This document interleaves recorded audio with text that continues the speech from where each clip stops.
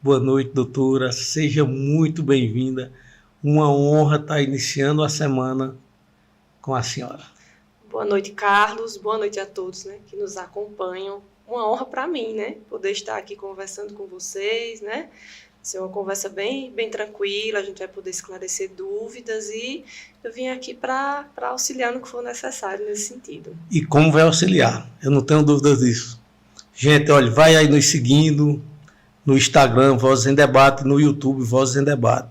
Esse playback de doutora Roberta Freitas estará salvo na íntegra, lá no YouTube, viu? Doutora Roberta, não fui eu quem escolheu a psicologia. Ela me escolheu como uma missão divina. E assim, procuro todos os dias dar o meu melhor para cuidar do outro. Parabéns a todos nós que fazemos parte dessa linda jornada. Feliz Dia dos Psicólogos, que vai ser agora dia 27 de agosto. Isso mesmo. Então, feliz Dia do Psicólogo para a senhora. Iniciaremos esse papo aqui agradável, doutora, agradecendo por a senhora brilhantar a nossa noite aqui e por aceitar o nosso convite. Roberta Freitas, você é uma mulher incrível, que conquistou seu espaço com esforço, dedicação e uma paixão genuína pelo que faz. Sua trajetória como psicóloga clínica infantil, neuropsicóloga, especialista em diversas áreas e a sua atuação no Centro Médico Saúde e Bem-Estar mostram o quanto você é comprometida em transformar vidas, especialmente das crianças e suas famílias. Além disso, seu amor pelo Enzo, seu querido filho, e pelo esporte, revela uma mulher multifacetada, que valoriza o equilíbrio e o bem-estar em todos os aspectos da vida. Tenho certeza de que sua história inspira muitas pessoas a seguirem seus sonhos com coragem e determinação. Com todo carinho e gratidão, podcast Vozes em Debate. Assim como essa merecida e oportuna homenagem, iniciaremos um papo com a doutora Roberta Freitas. Vá onde você é celebrada, não apenas tolerada, pois aqui no Vozes em Debate a senhora será sempre celebrada. Obrigada. E eu vou iniciar com essa frase que eu achei incrível, que é até estoica essa frase. Ela diz assim: a fama depois da vida não é melhor do que o esquecimento. Por isso que a doutora está aqui em vida. Doutora, boa noite. Seja muito, mas muito bem-vinda para uma noite agradável e cheias de revelações, e vamos quebrar aqui um bocado de mito. Ótimo. É para isso que eu vim mesmo. Pronto. Doutora, contextualização e compreensão geral. Para quem ainda está começando a entender o que é o TA, você explicaria de forma simples e clara o que significa viver com autismo? Sim, Carlos. Inclusive, essa pergunta ela é bem pertinente, porque a gente ainda tem muitas dúvidas, né? Embora o TEA hoje tenha se difundido muito, né? De uns anos para cá, a quantidade de diagnósticos aumentou consideravelmente, né? Mas o TEA, né, ou transtorno do espectro do autismo, né, é um espectro. O que é um espectro? Você imagina aí uma nuvem, né, de fumaça, que você não define bem a forma. E por que se chama espectro? Porque o autismo não tem uma definição exata de causas, por exemplo. É um transtorno que a gente não pode dizer assim, é causado por A, por B e por C. A gente tem indícios, né, da questão ambiental, né, da questão da genética, mas a gente não tem uma certeza, né, do que causa, né? E é um transtorno multifacetado, né? Se manifesta de formas diferenciadas. E o principal, a gente não considera doença. É uma forma de ser no mundo. Gente, a gente não chega na farmácia pedindo, me dê um remédio para autismo, mas a gente pede um remédio para depressão, um remédio para ansiedade, um remédio para dor de cabeça. O que a gente cuida não é o autismo, é o que ele traz de prejuízo para a vida daquela criança, daquele adolescente e também daquele adulto. Então, o autismo ele é multifacetado, né? A gente tem aí uma condição que afeta a comunicação social, né, a interação, a linguagem e algumas vezes a aprendizagem. A gente tem esse conjunto, né, que a gente avalia para poder entender como é que a gente vai cuidar, mas não do autismo em si, enquanto doença, e sim dessas dificuldades que ele pode acarretar. Doutora, então, quanto mais cedo for descoberto esse diagnóstico, uma vida, vamos dizer assim, tranquila, a criança vai ter.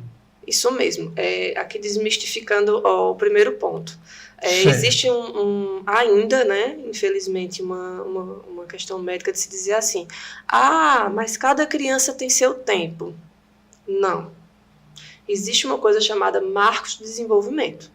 Né? É um período que aquela criança, naquele determinado período, ela precisa atingir aquele nível de desenvolvimento. Na fala, no andar, né? Na comunicação social, na aprendizagem. Não é que toda criança, por exemplo, aos 10, 11 meses tem que andar. Né? 1 ano e meio, 2 anos tem que formar frases. Não é assim, algo martelo batido, mas dentro daquele período, aquela criança ela precisa ter aquele desenvolvimento. Quando aquela criança está em atraso no desenvolvimento, a gente diz que algo não vai bem com ela. Opa, acendeu a luzinha vermelha, vamos procurar ajuda. Vamos entender, porque pode ser apenas um atraso ou a gente pode estar falando do TEA. E aí, quanto mais cedo a gente cuida, melhor, porque o nosso cérebro ele é plástico. Né? Plasticidade neuronal, que é isso? Quando a gente é novinho, pequenininho, quanto mais estímulo a gente dá, mais esse cérebro vai receber de forma satisfatória. E aí a evolução e a diminuição desses sintomas que prejudicam essa criança diminui consideravelmente. E aí quanto mais cedo a gente procura ajuda, melhor. Perfeito, doutora Roberta, perfeito. Iniciamos aqui com já a quebra de um mito, não é isso? Doutora, sobre neurodivergência. Como podemos entender e valorizar a neurodiversidade na sociedade, especialmente com relação às pessoas autistas? Aí, dentro desta primeira pergunta, eu já emplaco outra para a senhora. Quais são os mitos mais comuns que você encontra sobre o autismo e como podemos desmistificá-los? Primeiro, a gente precisa entender o que é neurodivergente, né? O autismo ele está dentro, né, da neurodivergência, porque os neurodivergentes são pessoas que têm cérebros que funcionam de uma forma diferente. A exemplo disso, o TDAH, o autismo, as altas habilidades, né? Então, são pessoas que têm um funcionamento cerebral diferenciado.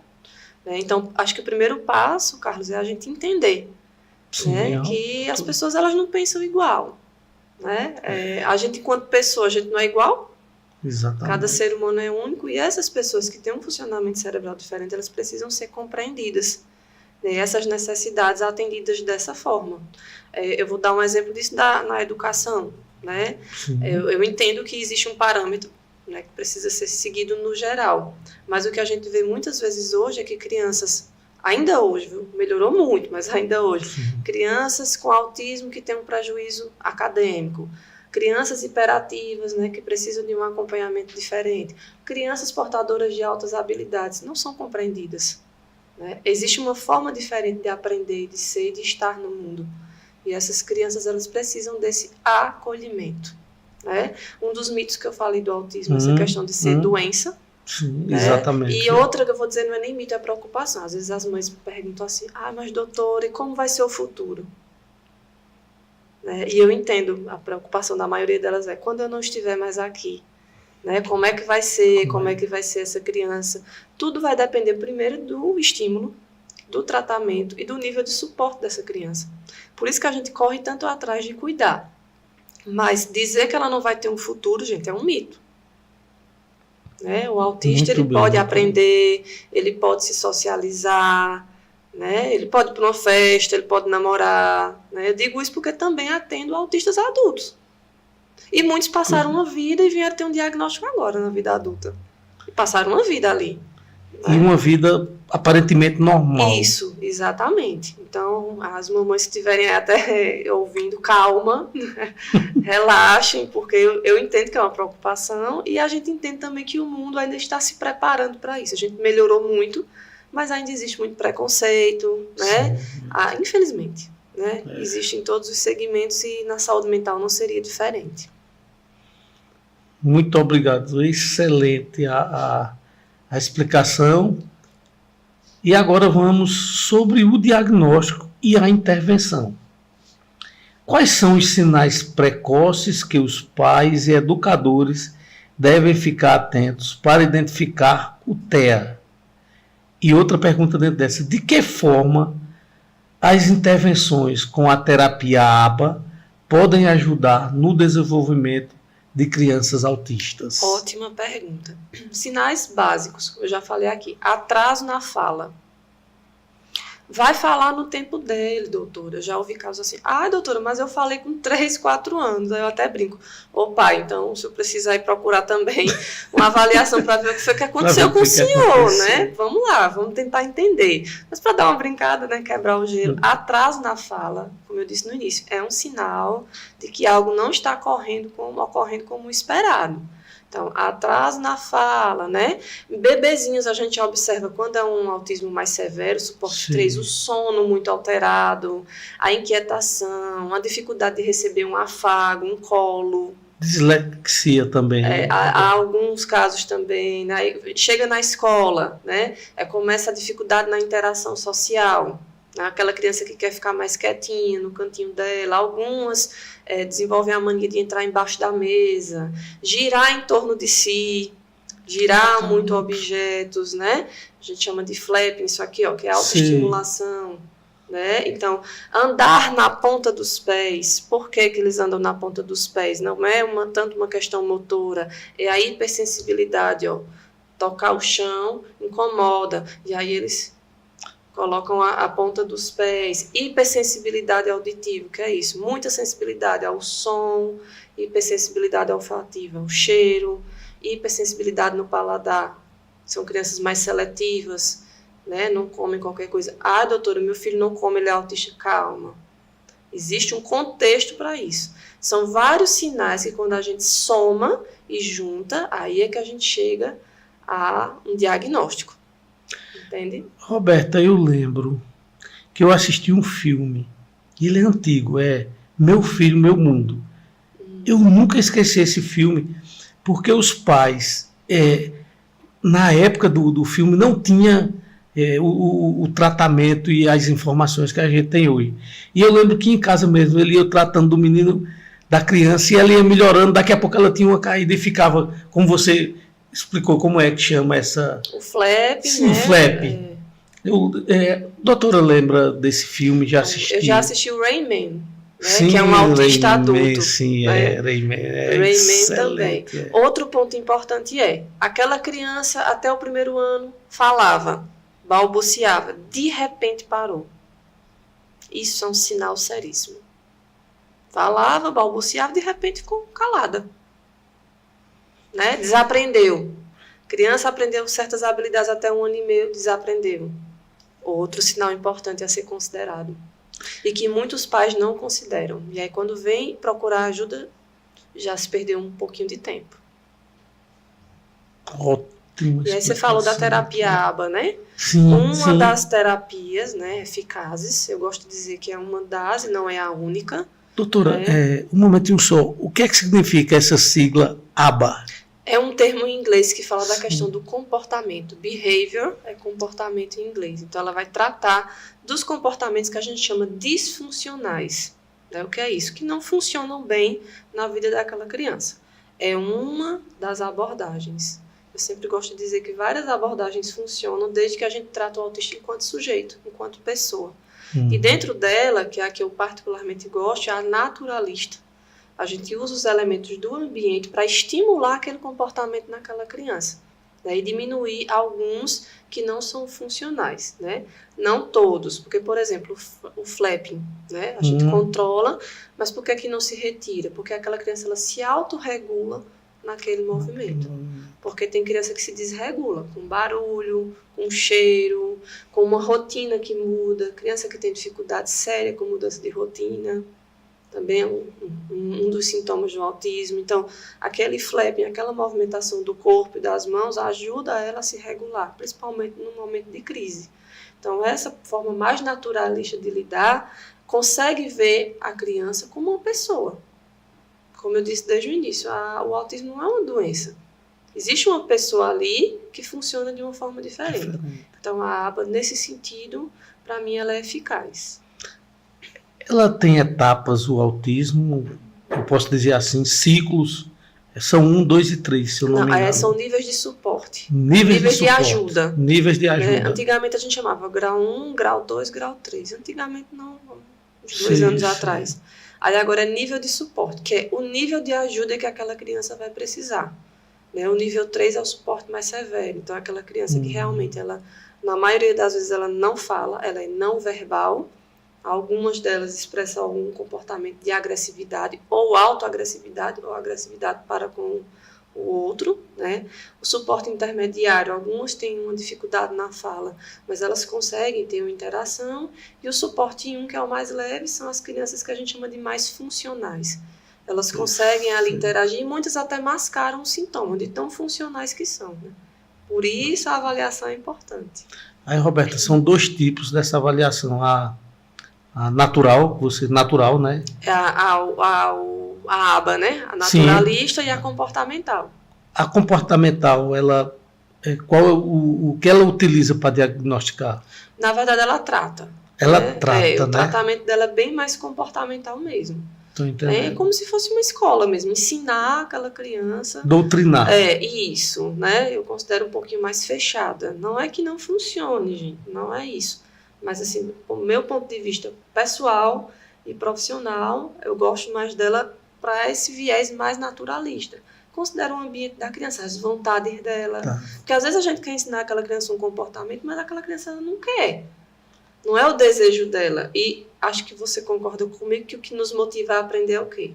O desejo. O desejo, exatamente. Né? A gente tem um desejo ali por aquilo, então a gente vai em busca daquilo. É uma motivação. E a aba naturalista, ela traz muito isso, a motivação com os elementos que a criança gosta. Vou dar um exemplo claro para você. Muitos autistas gostam muito de dinossauro, que a gente chama de hiperfoco. Eles têm hiperfocos nas coisas, né? E a maioria gosta de dinossauro. Por que não utilizar o dinossauro para que ela possa aprender algum comportamento que a gente precisa? Por que, por exemplo, eu tenho que ensinar ela a levantar e a sentar, por exemplo, que alguns não conseguem nem, né, atender esse comando, ficando deambulando, com o estímulo de um dinossauro. Olha, vem, vamos pegar o dinossauro. E aí levar ali numa brincadeira, de repente aquela criança está atendendo o comando, está sentando, está se concentrando para aprender. Muito excelente explicação, doutora. Sobre inclusão e convivência. Aguarde aí, gente, que eu vou aqui passar um pouquinho dos nossos colaboradores.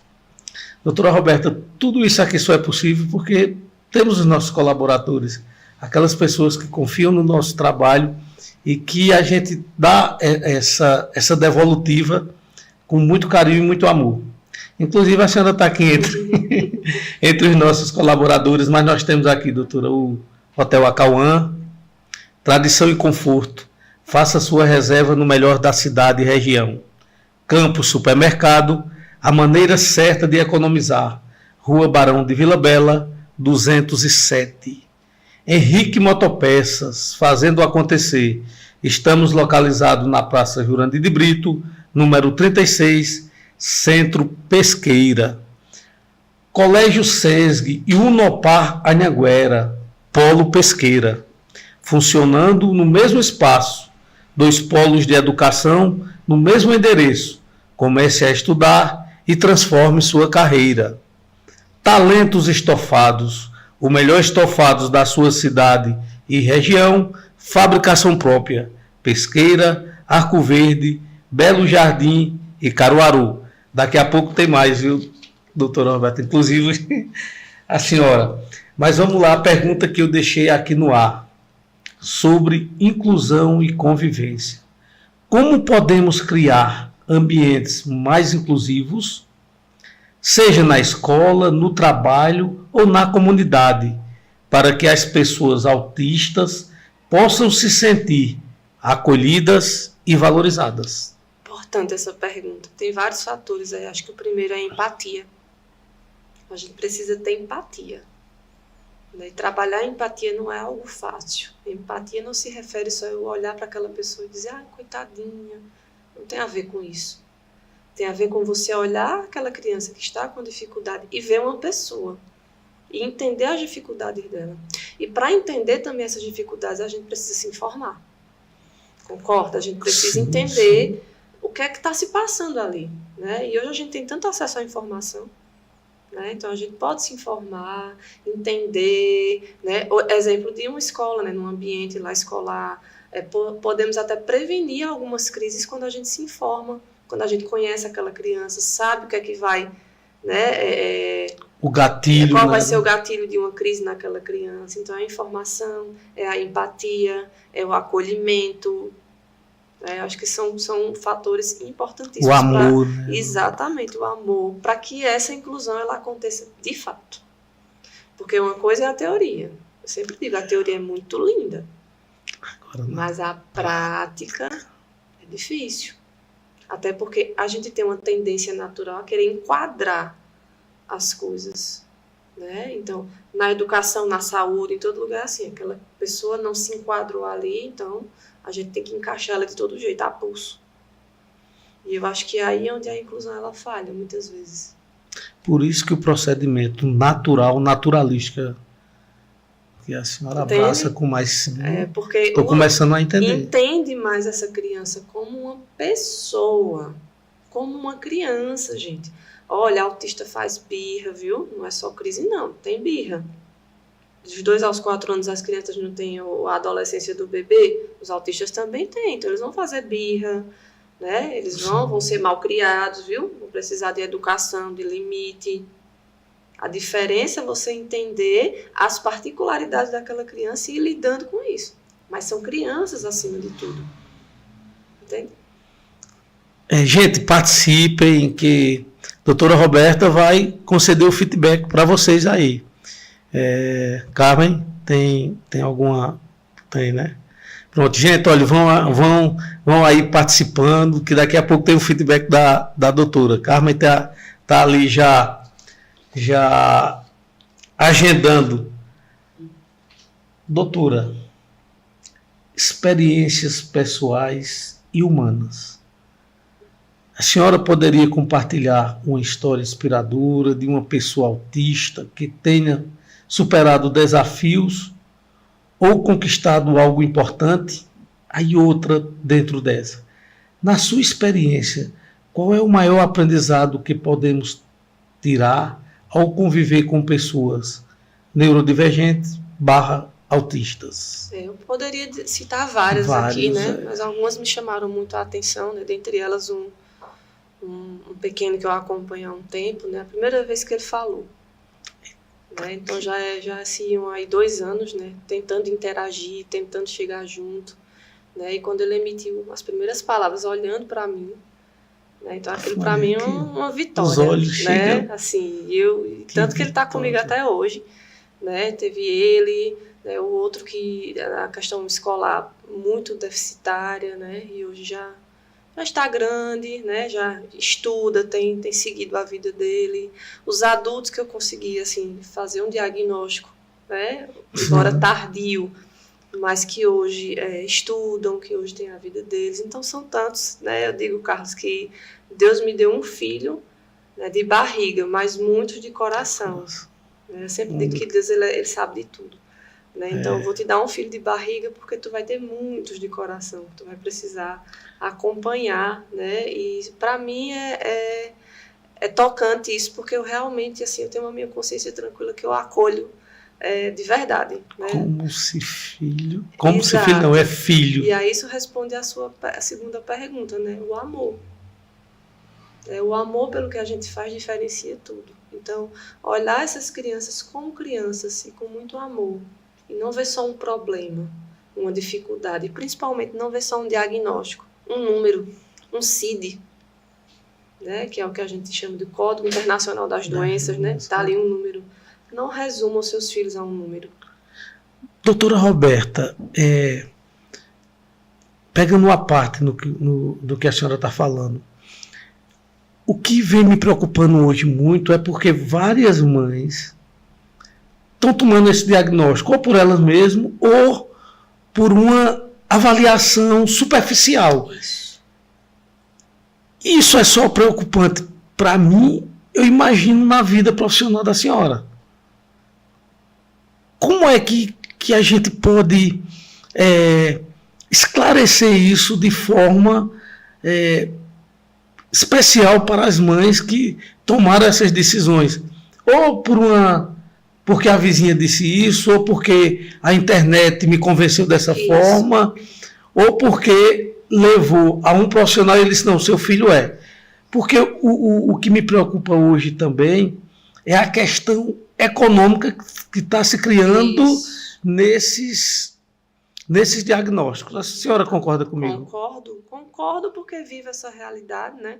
Dentro do Centro Médico Saúde e Bem-Estar nós temos o Espaço Integração, né? Que é uma área só de crianças, que a gente cuida dessas crianças neurodivergentes, e é a minha realidade todos os dias.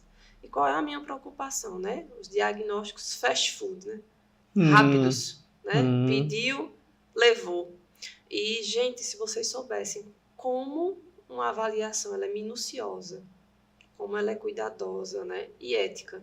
O Conselho Federal de Psicologia, né? Por exemplo, ele faz, todo ano ele revisa os testes, os materiais que a gente pode utilizar. Alguns que saem da comercialização a gente não pode utilizar, para vocês verem como é séria a coisa. Os psicopedagogos também fazem parte dessas avaliações, né? Os fonos, todo mundo, cada um com seus instrumentos, tendo um olhar diferente para aquela criança. E isso demora um tempo, porque aquela criança, às vezes, vai no médico, ela não está bem. Ela passou a manhã toda esperando por aquele atendimento. Qual é a criança que não vai se estressar? Qual é a criança que não vai desregular, sendo neurodivergente ou não? E, às vezes, só naquele momento, aquela criança é avaliada por um único dia, por uma situação em que ela não estava bem. E ela vai levar um nome, um CID, que vai com ela para o resto da vida. Veja a importância de um profissional ético e capaz, porque a gente está lidando com a vida do futuro do país e com a vida dos filhos. Isso. Né? Eu conversando aqui nos bastidores com a senhora, o seu filho Enzo, ele foi diagnosticado. Com TDAH. Com TDAH. E para a senhora, que é especialista no assunto, para diagnosticar isso no filho da senhora, foi quantos anos? 3 anos. 3 médicos diferentes, né? Porque eu via desde o início, mas como eram sinais muito sutis, só para esclarecer para vocês, o TDAH é o transtorno de déficit de atenção e hiperatividade.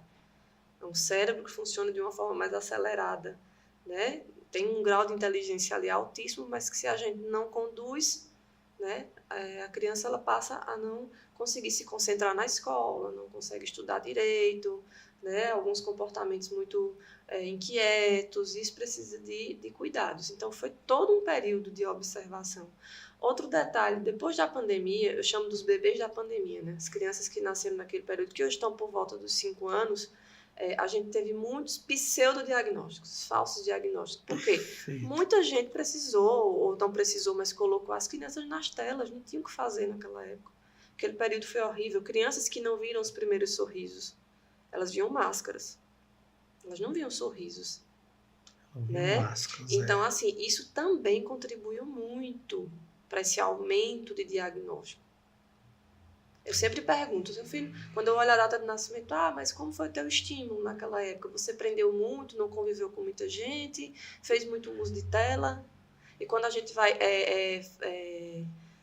fazendo ali, né, uma avaliação, uma anamnese, a gente vai descartando muitas possibilidades. E quando ainda assim fica ali um miolo, né, o principal, e a gente observa a criança em muitos atendimentos, né, quando a gente observa em equipe, toda uma junta ali, uma junta médica mesmo, não é para emitir um laudo, para aí sim essa criança passar por um médico. Então, são etapas. Veja, gente, a importância. A doutora Roberta passou 3 anos para diagnosticar no filho Enzo dela, que ela ama. Veja, e a doutora Roberta é especialista no assunto, uma pessoa altamente profissional, uma pessoa responsabilíssima no que faz. E como é que uma mãe vai para a internet e, como a senhora disse, diagnostica isso e determina que seu filho vai passar o resto da vida com o CID, não é isso? Isso mesmo. Doutor Roberto, outra questão também que eu acho que incomoda a mim e a muitos que estão assistindo agora, é que quando é diagnosticado, a mãe tem que fazer a sua parte em casa e bem feita, né? Com certeza. Aí o que é que acontece? Muitas vezes as mães têm as suas ocupações e dizem, não, mas eu estou levando ela para a psicóloga. Como se a psicóloga fosse resolver o tratamento dado em casa. A senhora concorda comigo? Concordo. Não sei se eu estou sendo... Concordo, e vou lhe dizer, não só nos neurodivergentes, mas nas demais crianças também. Nenhuma terapia funciona só no consultório. Nenhuma. É um complemento. É um complemento. A criança passa ali 40 minutos, 30, 40, 1 hora, dependendo, e depois ela volta para casa, para o ambiente. E se o ambiente ele permanece o mesmo, na outra semana a gente começa do zero. E assim a criança não vai Não evoluir evolui. nunca. Exatamente.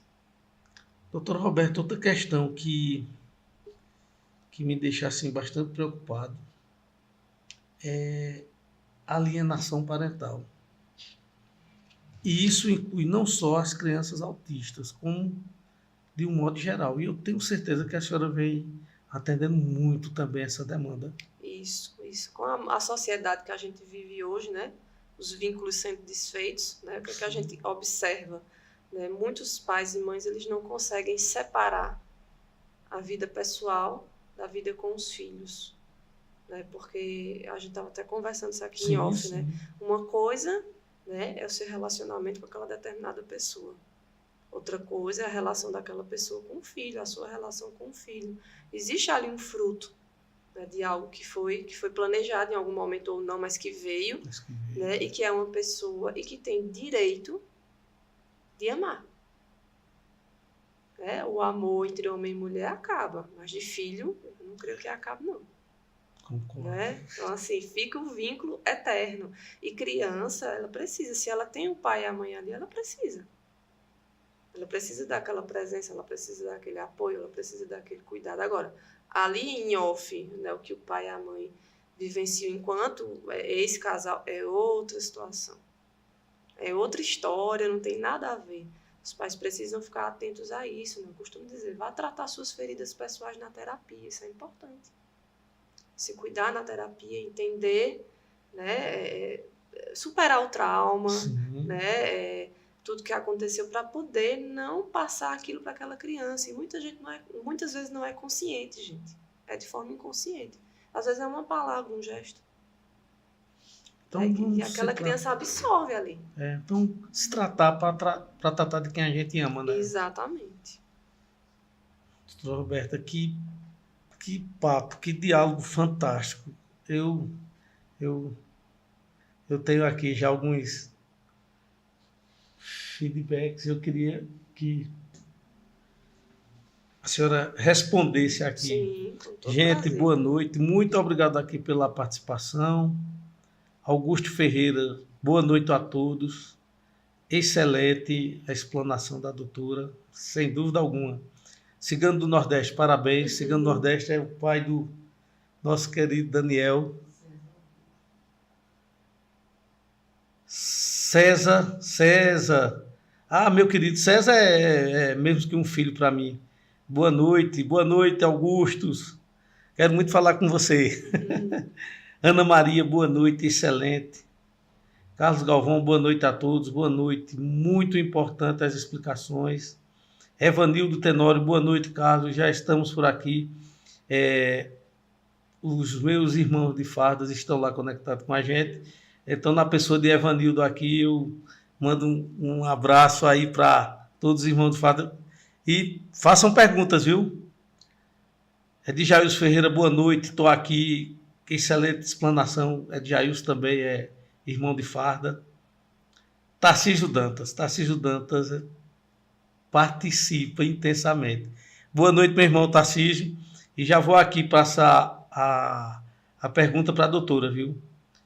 Doutora Roberta, com o avanço das tecnologias, pode ser diagnosticado autismo na gestação? Não. Não, Tarcísio, mas Não. que pergunta... Muito interessante, Tarcísio. Não, porque aquela criança está ali em formação, né? O sistema nervoso está se formando ali nas primeiras 12 semanas, né? Então, o desenvolvimento dela, dessa criança é igual das outras crianças. Agora, depois do nascimento, né, com o avanço das tecnologias, aí já tem com meses, né? 1 ano, né, como eu falei, por volta do 8º mês, o que acontece com a criança, por exemplo, por volta do 8º mês? A gente diz que a criança estranha. Sim. Eita, tá estranhando, né? Eita, mas ela não quer ir pro meu colo. A gente chama de fase do espelho, estado do espelho. É quando a criança ela se descola da mãe e ela passa a se entender como uma pessoa. Até então ela não se vê como pessoa, ela se vê como um espelho da mãe, uma simbiose, uma cola. E aí ela começa a se ver como uma pessoa, ela começa a ver outras pessoas e ela passa a estranhar. Né? Em casos de autismo mais severo, essa criança a gente não consegue já identificar bem essa fase. Ela continua colada nessa mãe. Muitas vezes até é indiferente aquele contato daquela outra pessoa. Sorriso social, né? Acho que vocês já viram. Vai no pediatra, aí o pediatra diz assim, com 1 mês, faz assim, para ver se aquela criança já deu o primeiro sorrisinho social, que ela dá aquele sorriso mais do reflexo. Muitas crianças em autismo mais severo já não apresentam esse sorriso social. Isso, 8 meses. O sorriso social é por volta do 1º e 2º mês de vida. 1º e 2º mês de vida. Crianças que não gostam muito de afago mesmo. Né? O toque, quando são crianças com autismo mais severo, o toque incomoda. O toque do outro, o aperto, o afago, o carinho. Então, são sinais muito sutis, mas quando a gente é especialista no assunto, né, em desenvolvimento humano, a gente já começa a acender um sinal de alerta. Pode acontecer que com muito estímulo aquilo passe e não venha a ser autismo. Era só um atraso do desenvolvimento. E possa ser que não. Marcílio Martins de Oliveira, parabéns, doutora. Tânia Cavalcante, parabéns, doutora. Excelente explanação. Simone Siqueira, boa noite, excelente. Boa noite, minha querida Simone. Ruth, minha sobrinha, Rutinha, lá em Recife, está lá ligado. Rutinha, minha sobrinha, a mãe, Márcia, e a tia, Lígia, 2 irmãs e minha sobrinha. Alana, neuropedagoga, a melhor psicóloga de Pesqueira e região. A Alana é nossa companheira lá na clínica, viu? Orientadora parental. Nós não temos esse profissional na região, apenas no Espaço Integração. Ela orienta pais e mães a como agir em determinados comportamentos do filho. Melhorar a rotina. Especialista, ela querida. Atende todos os dias, doutora Está lá Alana. Conosco todos os dias. Então, gente, vê que como a informação é importante. Como o podcast está sendo importante. Veja a informação que a doutora Roberta está dando. A Alana, neuropedagoga, a única em Pesqueira. A única orientadora parental. Ela orienta pais. A única orientadora parental em Pesqueira. Aí ela completa aqui, doutora Roberta faz um trabalho inovador com o Espaço Integração. Daqui a pouco tem mais, gente. Continuem participando, viu? Tem outra pergunta aqui. Oi, mais, nós temos aqui. Rutinha, já falei, Márcia Lígia, Gracinha, está assistindo a gente lá em São Paulo. Santos. Roberto Brito e Roseli, aqui nossos vizinhos. Genival, no Rio Grande do Norte. Ele tem uma frase que é fantástica. Sem Deus nem tente. Adson, meu compadre. Alex da Feijoada. Rian, Riquelme. Roberta, Fábio, Tarcísio Dantas, Genival Poeta, Ezequiel e Dani são advogados, Matheus, Alagoas Literária, Cecília, Priscila, Carla e Nicole, Júnior Taxista, todos eles estão conectados aqui com a gente. Gente, façam pergunta e a doutora vai responder aqui ao vivo para todos vocês. E eu tenho aqui uma reflexão de Abraham Lincoln, que vem aqui eu passo para a senhora a diferença que a senhora vem fazendo na sociedade pesqueira. Ele dizia o seguinte: duro morrer e não conseguir deixar um mundo melhor para as pessoas. E a senhora, doutora Roberta, vem sim deixando uma sociedade pesqueirente e um mundo melhor. Meus parabéns. Obrigada. Obrigada. No Zap. Pronto, outra pergunta aqui para a senhora. Marcílio Martins Oliveira, parabéns, doutora Roberta. Aqui de Caruaru assistindo. É o meu tio. Ô, Marcílio, muito obrigado. Sua sobrinha é espetacular. Aí ele está batendo palma e disse, fantástico. Augusto Ferreira. Esse aqui é mesmo um filho e um sobrinho. Fatores de deficiências de micronutrientes, vitaminas e minerais da mãe na gestação ou da criança na infância inicial pode estar correlacionado ao surgimento de situações de neurodivergências? Interessante essa colocação. Podem sim, existem estudos que apontam, porém não definem. Podem estar associados sim, né? Inclusive a desnutrição. Que pergunta, né? A desnutrição a gente já comprova que afeta o desenvolvimento, né? De alguma forma, assim como o uso de entorpecentes, né? Na gestação, porque aquele entorpecente vai direto para o sistema nervoso da criança. Então, pode sim, Augusto, né? Pode interferir sim. César Augusto Ferreira. Que pergunta, César. Continuem, gente, participando aqui. Por isso a importância de um pré-natal também, né? Bem feito. Hoje em dia, os médicos pedem muito até que o homem faça o pré-natal. Antes de tentar engravidar, né, que os dois se cuidem. Né? Que se cuidem, façam esse planejamento, né? A gente pede muito isso também. Que tenham essa responsabilidade e já antes de conceber a criança, para que ela não se torne mais uma vítima já dessa nossa sociedade que cobra tanto e não dá os meios para que o cobrado faça a diferença lá na frente. Exatamente, né, exatamente. Doutora, essa daqui eu vou deixar para a gente finalizar, que aqui inclui famílias, profissionais, tudo. No dia 2 de abril, se comemora o Dia Mundial da Conscientização do Autismo. É isso mesmo, dia 2 de abril. Esse dia foi implementado no cenário nacional ou mundial? Mundial. É um dia mundial. E essa conscientização, ela está sendo de suma importância ou ainda... De suma importância, sim, mas ainda rasteja muito.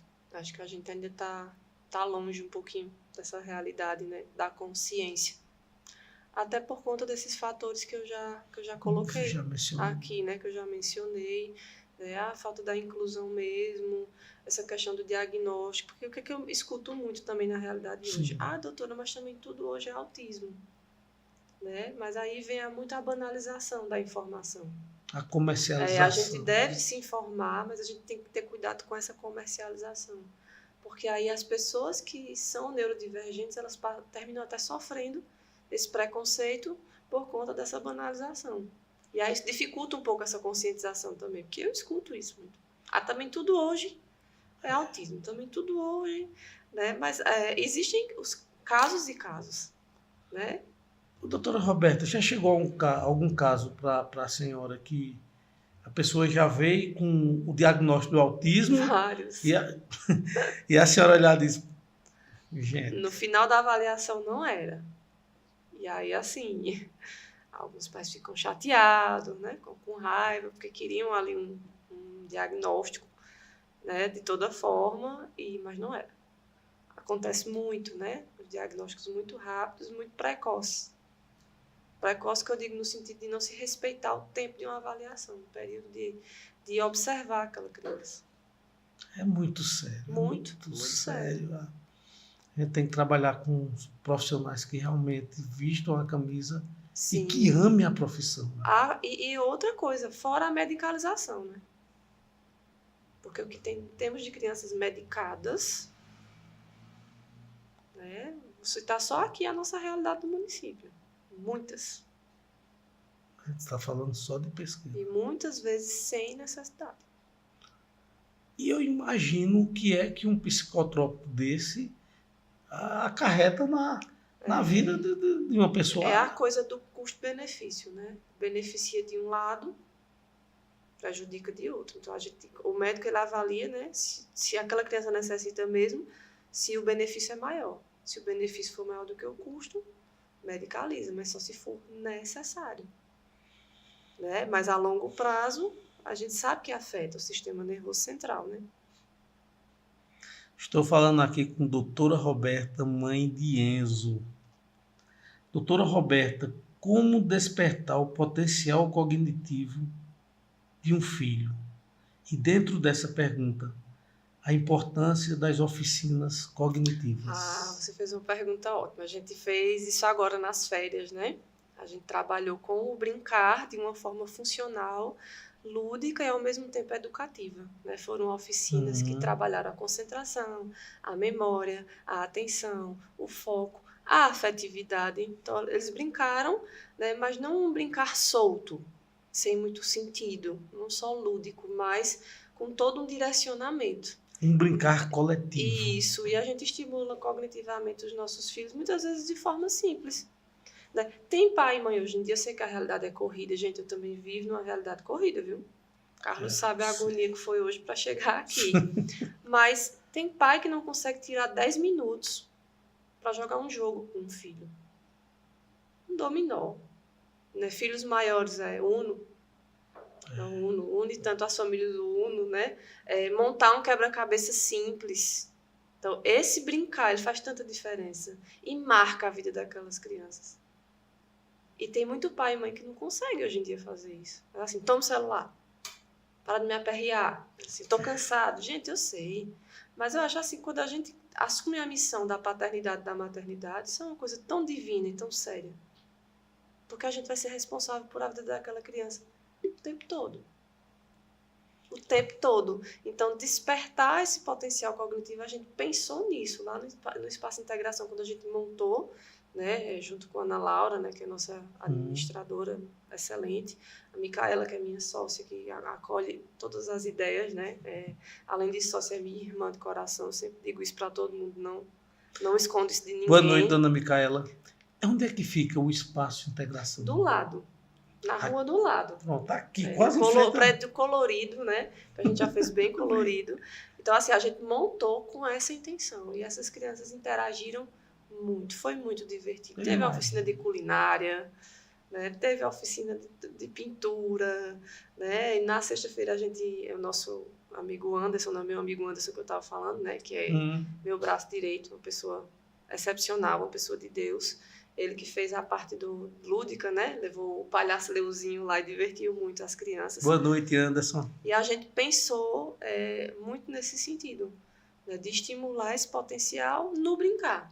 Que é assim que a gente trabalha lá no nosso espaço, sabe? Eu costumo dizer, é tudo muito simples, mas muito cheio de amor e de humanidade, que é o principal. Humanidade e amor.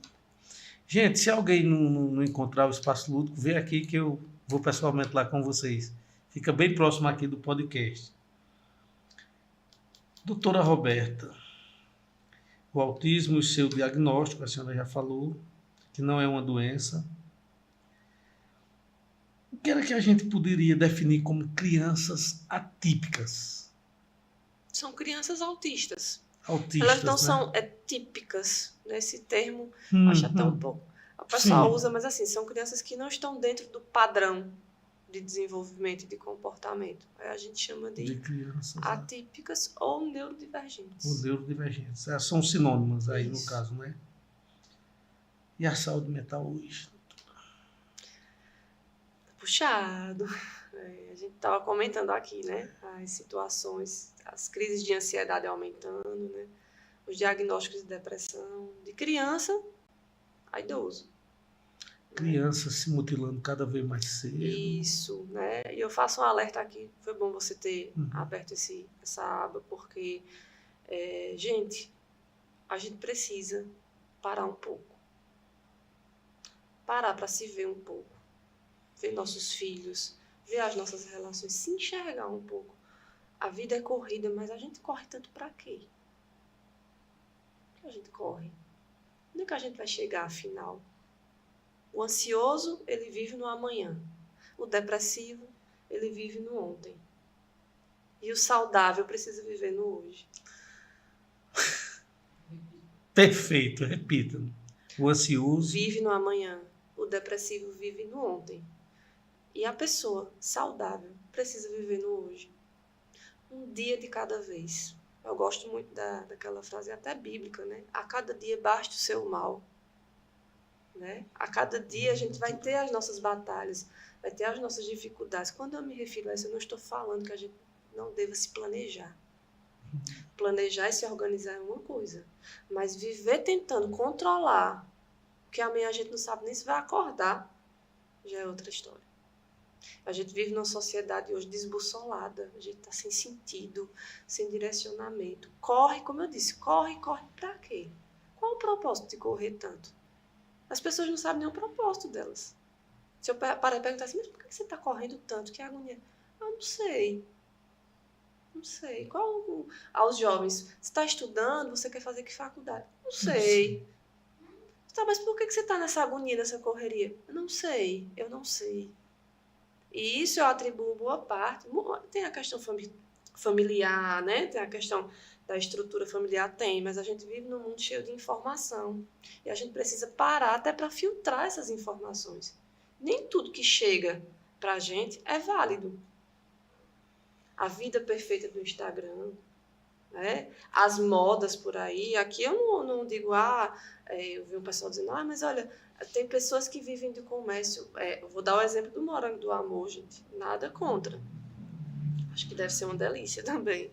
Adoro doces. O modismo, inclusive. Né? Se quiser me dar, eu gosto também, adoro. Mas eu falo de como a gente, em uma semana, consumiu uma ideia que a gente não tinha. Freud chama isso de inconsciente coletivo, né? A reação de manada. Então, de repente, todo mundo queria comer. Mas de onde surgiu esse desejo? Que modismo é isso? Esse desejo realmente existia. É como o desejo de consumir uma tela de um celular, os jogos que as crianças jogam hoje. Então, porque todo mundo está fazendo, eu preciso fazer também. Então, eu preciso parar e me ver. Eu preciso mesmo disso. Essa correria. Se ela tiver um sentido, então dê um propósito. Não, eu vou correr aqui, eu preciso me esforçar mais aqui para atingir determinado objetivo. Depois eu preciso parar. E as pessoas, elas não estão parando para se ver, se enxergar. E elas querem soluções prontas, imediatas. Tipo, né, bolinha de cristal, pílula mágica da felicidade. Vamos todos ser felizes agora. Ninguém quer viver os processos, ninguém quer viver os lutos, ninguém quer viver ali as situações. Todo mundo quer estar feliz o tempo todo, mas está todo mundo infeliz. Porque a gente não vive no hoje. Roberta, fantástica a sua explanação. E continuando aqui com Roberta, como é realizado o processo de uma avaliação neuropsicológica?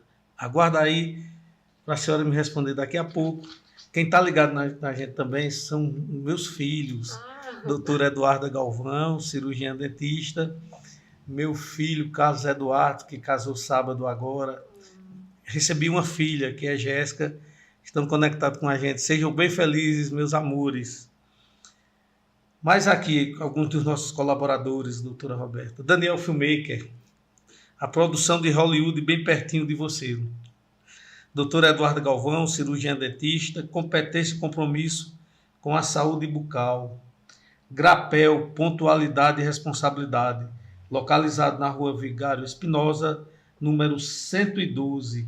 Farmácia Tradição, cuidando de você com amor. Tradição em cuidar de você. Transforme sua beleza com Dágila Siqueira, a farmacêutica esteta que entende suas necessidades. Beleza com segurança, Dágila Siqueira. TS Engenharia e Construção, o sonho da casa própria ao seu alcance. Você sonha, a TS Construção realiza. Organização Develin Torres. No final eu vou encerrar com aqui, bem, doutora Roberta Freitas. Aguarda aí mais um pouquinho. Sim, doutora. Carmen, tem mais algum feedback do nosso público? Tem, daqui a pouco passa. eu deixei no ar a seguinte indagação: como é realizado o processo de uma avaliação neuropsicológica? É importante essa pergunta, até porque muitos neurologistas, né, os médicos mais informados, né, Uhum. os mais atualizados, eles têm pedido, antes de fechar um diagnóstico, eles têm pedido essa avaliação. Por que é que eles têm pedido isso? Por conta da questão do uso de testes. Nós fazemos uso de testes psicológicos, né, que são comprovados cientificamente para aquelas determinadas funções. Os testes de inteligência, né, das funções executivas, atenção, concentração, memória, os testes de personalidade, né, as escalas de humor, que vão avaliar o humor do paciente, para que a gente faça uma avaliação, né, a gente faz essas aplicações desses testes e entrega para o médico um laudo, né, onde a gente consta tudo que a gente avaliou e o nosso parecer, e a partir daí, né, é que ele vai dar o diagnóstico dele e vai dar os tratamentos necessários. Então, é uma avaliação extremamente importante, porque a gente faz uso de escalas psicométricas, né? Elas são estudadas e validadas pela ciência. Então, não é um achismo, né? É comprovado cientificamente. E por que isso tem crescido tanto ultimamente? Pelo que eu falei, os médicos mais conscientes, eles pedem essas avaliações, né? E aí esses pais que já foram no médico, o médico pediu, não estranhem. Foram no neuro, o menino está assim, mas já pedi uma avaliação, mas tem que fazer. É o correto. Porque, como eu falei, olha o tempo que se leva para um diagnóstico.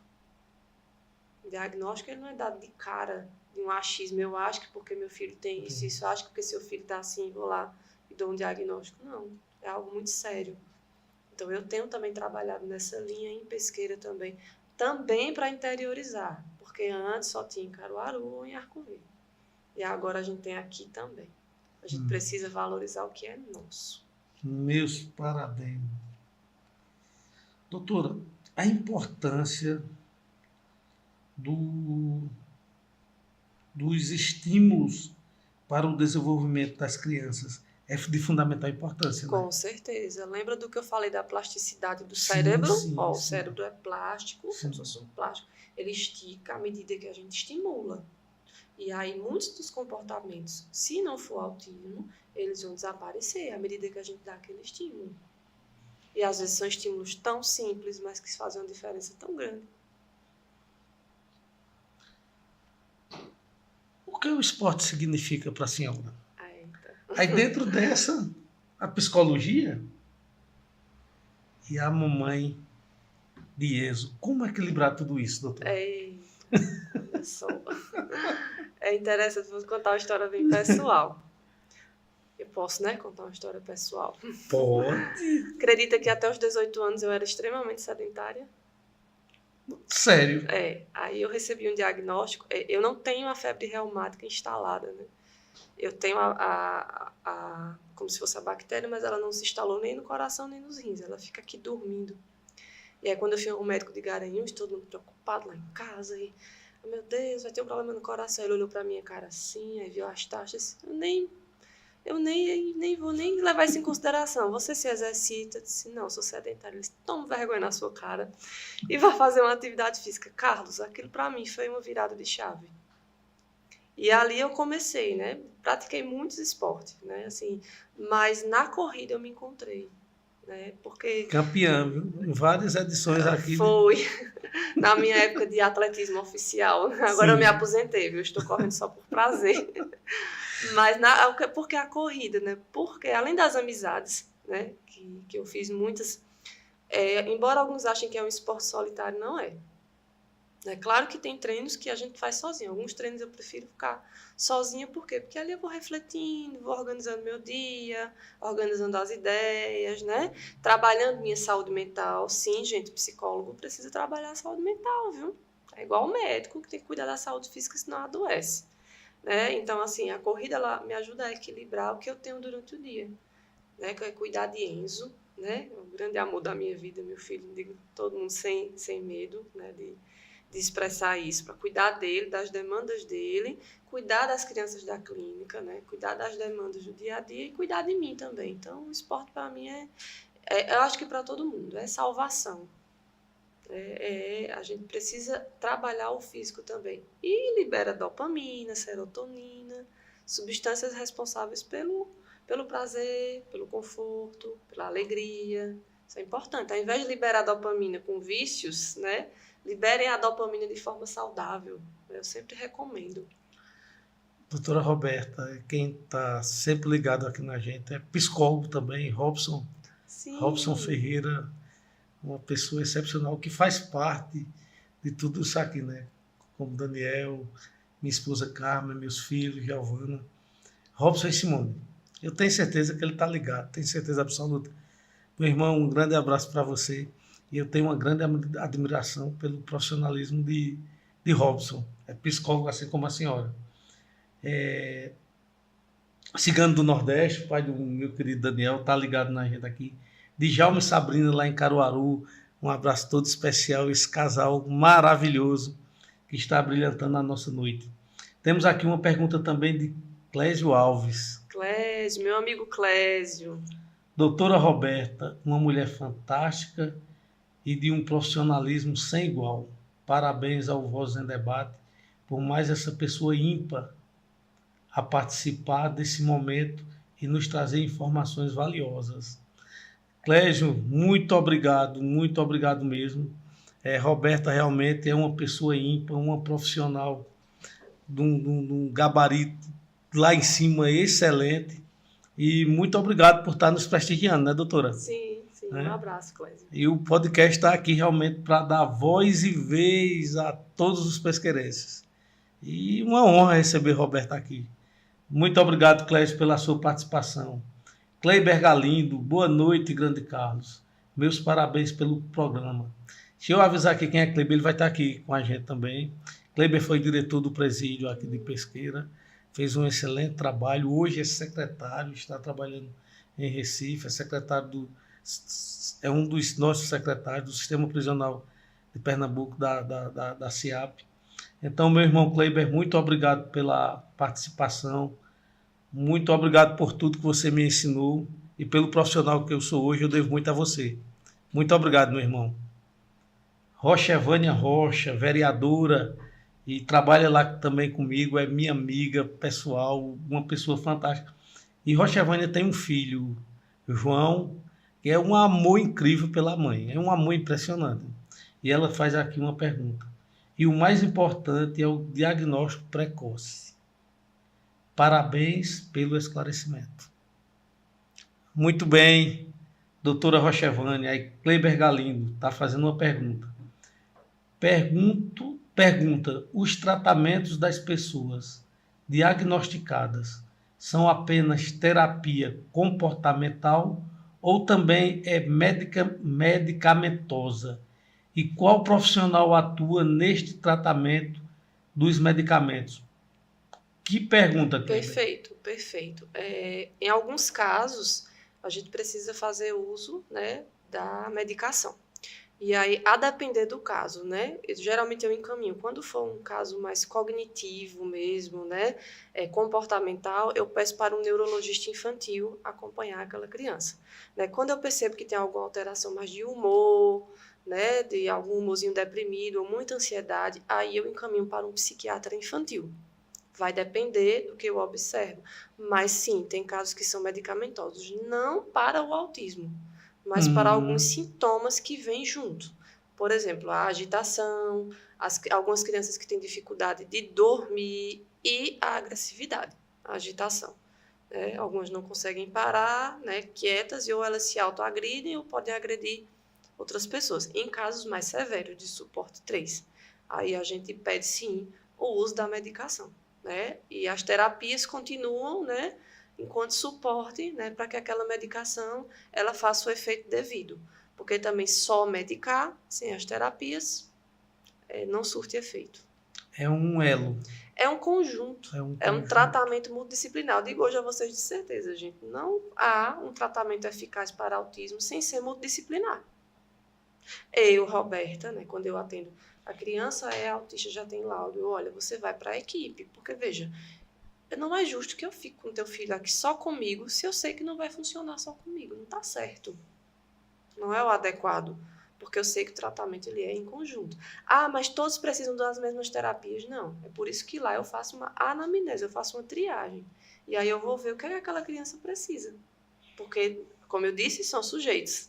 São pessoas, têm necessidades individualizadas. Não é uma receitinha de bolo, não deve ser. Lúcia Oliveira, parabéns, Roberta, estou Lúcia. assistindo. Minha amiga Lúcia. Carmen. Pega aqui. Doutora, olha, quando o programa é de uma intensidade dessa, a hora no instante passa, né? Mas ainda tendo aqui alguns minutinhos, né, doutor Daniel? Futuro e esperança. Quais avanços você acredita que ainda precisamos alcançar na compreensão e no apoio às pessoas autistas? Que mensagem de esperança e incentivo você gostaria de deixar para famílias, profissionais e toda a sociedade? Eu acho que a gente precisa voltar umas casinhas para o básico. O que era o básico? A humanidade. A gente está se perdendo muito nisso. Quando a gente voltar umas casinhas para a humanidade, para a empatia, né? Voltar ao cuidado com o outro, o futuro vai ser melhor. Mas eu acredito muito no ser humano. Por isso que eu escolhi cuidar de nós, seres humanos, por acreditar, né? Que nós somos muito capazes de voltar a essas casinhas, sabe? De refletir algumas situações e refazer alguns caminhos. A gente deixou tudo muito mais complexo. E nem tudo é tão complexo, tem coisa que é simples. Não precisa de tanto arrudeio. Sabe o básico bem feito, gente? Pronto. O básico funciona, viu? E funciona muito. A exemplo, a caneta Bic, né? Exatamente. Aquele grampinho de cabelo. Exatamente. Eu vi no Instagram da senhora. É, porque funciona. O básico, o amor, o cuidado com o outro. Então essa é a mensagem que eu deixo. Vocês, papais e mamães, votem umas casinhas com seus filhos, independente de serem autistas, hiperativos, opositores ou não. Votem umas casinhas, sabe? Senta 5 minutinhos, olha pro teu filho hoje. Olha que eles estão crescendo, que a gente não está nem vendo. Mas por que a gente não está vendo? Porque a gente está se perdendo nessa velocidade do que a gente chama de evolução. Será mesmo? Verdade. A evolução da ciência, sim, considero o avanço. De tantas outras coisas, a inteligência artificial está aí para isso. Mas e o humano? Ninguém substitui o humano. A emoção, o afeto. Então, olha para os filhos de vocês hoje e lembra disso que eu falei. São pessoas que estão em pleno desenvolvimento e vocês são os responsáveis. Independente de qualquer coisa, vocês vão ser eternamente responsáveis por essas pessoinhas. Doutora, certo, eu vou pegar essas perguntinhas para ter o feedback, sim. E como eu sempre venho repisando aqui, tudo isso é possível porque nós temos os colaboradores. Facetep, transforme seu sonho em realidade. A oportunidade que você esperava está aqui, basta dar o primeiro passo. Universo da festa, transformando sonhos em celebrações inesquecíveis. Praça Dom José Lopes, número 26, Centro, Pesqueira. Organização Eduardo e Carina, ao lado da Catedral. Confiaconte, a contabilidade que você pode confiar.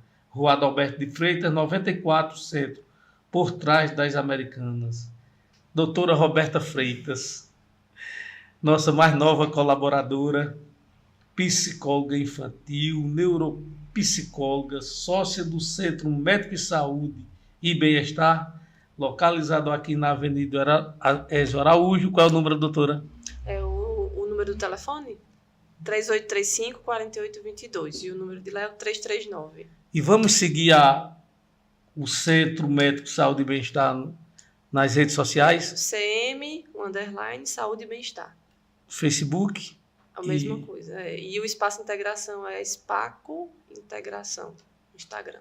Vá lá e visite e veja a diferença que vai ser na vida dos seus filhos. MF Metal Forte Serralharia, fabricação de portões, estruturas metálicas, montagem e manutenção de máquinas industriais, instalações de motores. Oferecemos material de qualidade por um preço que cabe em seu orçamento.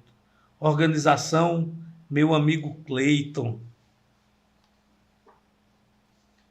E aqui mais algumas interações aqui, doutora.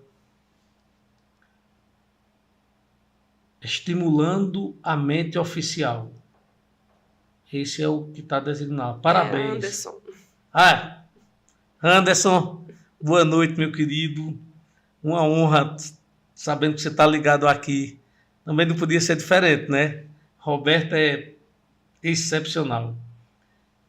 Ele, parabéns, orgulho de fazer parte do Espaço Integração e compartilhar minha carreira com a minha grande amiga Roberta.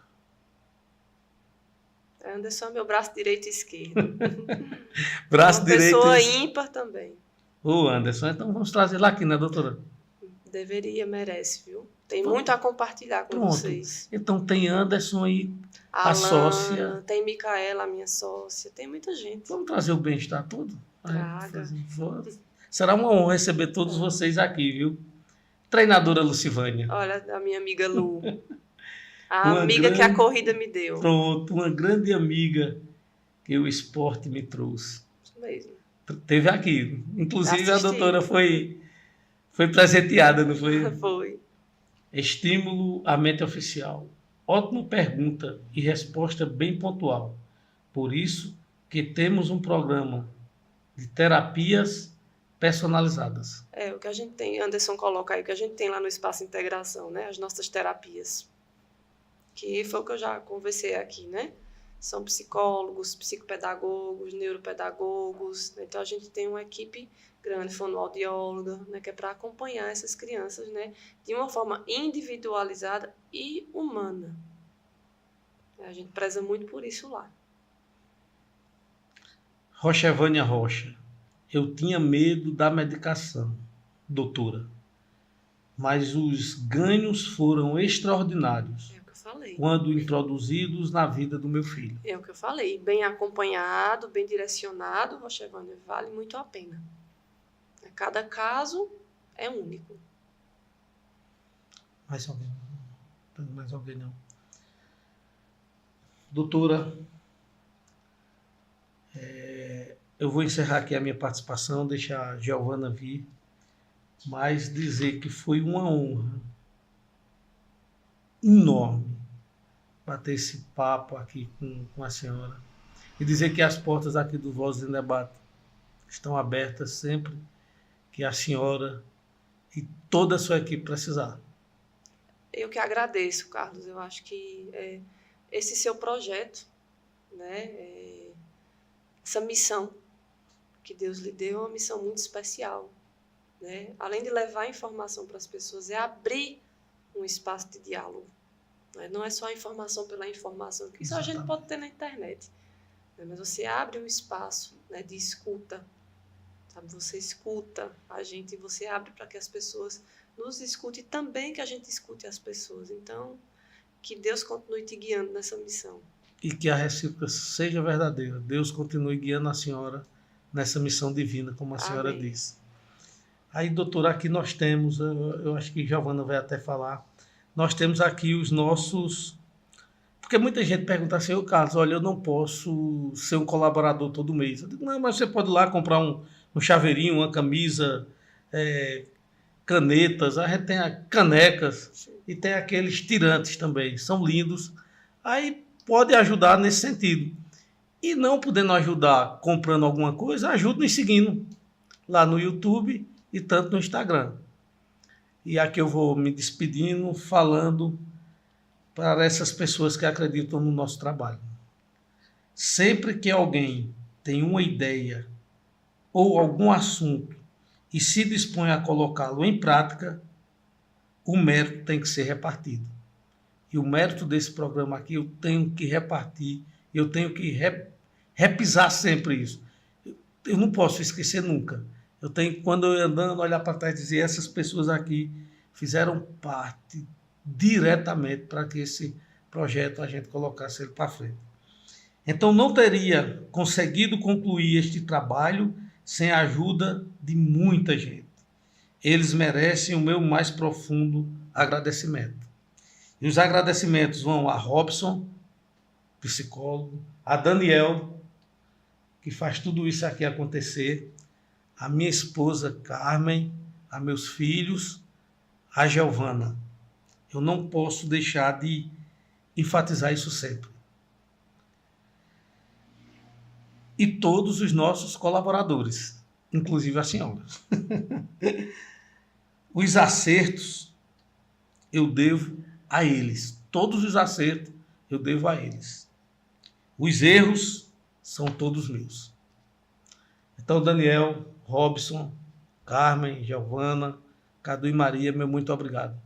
Doutora, muito obrigado por abrilhantar essa segunda-feira. Eu que agradeço, Carlos. Fique com Deus, que Deus ilumine demais a senhora em todos os passos que a senhora der na sua vida. Amém. Que o Divino Espírito Santo esteja sempre iluminando o seu caminho, o caminho de Enzo, o caminho dos seus pais e o caminho da sua clínica. Amém, amém, amigo, amém. Boa noite, gente. Fiquem todos com Deus. Giovana, o espaço é todo seu.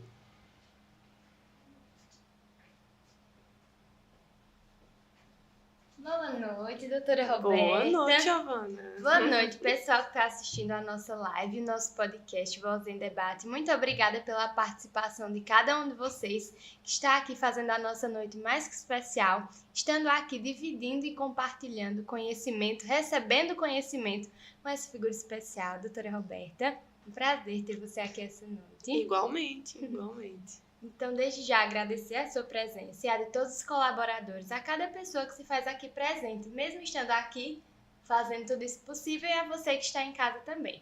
Doutora Roberta, hoje eu vim com uma proposta diferente. Certo. Um pequeno bate-volta. Esse bate-volta vai consistir em perguntas simples e com respostas curtas, justamente porque, para ser mais rápido, e também Carlos já trouxe muita explanação, perguntas que poderão trazer ali uma explanação sobre o tema. Então vai ser um pequeno bate-volta, ok? Ok. Doutora Roberta, uma palavra que possa definir o seu trabalho. Posso dizer duas? Pode. Fé e amor. Fé e amor. Mas agora, doutora Roberta, como nem tudo na vida são flores, uma palavra que represente um dos desafios da sua profissão. Uma palavra. Eu poderia dizer uma frase? Poderia. Às vezes a falta de comprometimento das famílias. Uma dica a respeito de psicologia e como a gente pode estar abordando isso na nossa sociedade nos dias de hoje. Afinal, a gente sabe que no mundo em que a gente vive, as informações são muito rápidas, tá tudo muito caótico e esse é um problema, porque as pessoas não estão sabendo lidar com isso. Então, uma dica ou então um conselho a respeito disso. Desacelerem enquanto é tempo, antes que a vida desacelere vocês. Poxa vida, é algo que me fez refletir. Mas bom, doutora Roberta, e agora, antes de encerrar, desde já mais uma vez agradecendo a sua presença e pedindo um conselho, uma frase motivadora, eu realmente venho aqui ressaltar a importância desse tema. Porque, como falei anteriormente, é algo que precisa ser dito. Porque a gente conhecer sobre nós mesmos, termos esse conhecimento sobre a nossa mente, que é o que faz tudo funcionar, é algo muito importante. Porque, como falei, é algo que exige muito da gente, a nossa mente, afinal, ela que controla tudo. No mundo que a gente está, onde nós lidamos com desafios, com pessoas, com situações cotidianas, muitas vezes, quando a gente não sabe administrar, como a senhora disse, a gente acaba tendo um burnout. A gente acaba se cansando, ficando exausto sobre isso. Então, ali como a senhora disse também, gente, por favor, se vocês chegaram agora no meio da transmissão, voltem, porque realmente é um tema importante. A gente se conhecer, conhecer sobre a nossa mente, conhecer sobre esse tema é realmente algo eficaz.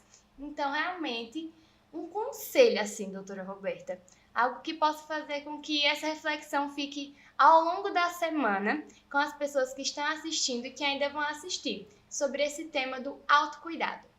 Cuidem da saúde mental de vocês. Né? Hoje em dia a gente tem muitos recursos para isso. Né? Se a gente for comparar uns 15, 20 anos atrás, né, a gente tem mais recursos hoje. Então, cuidem da saúde mental de vocês.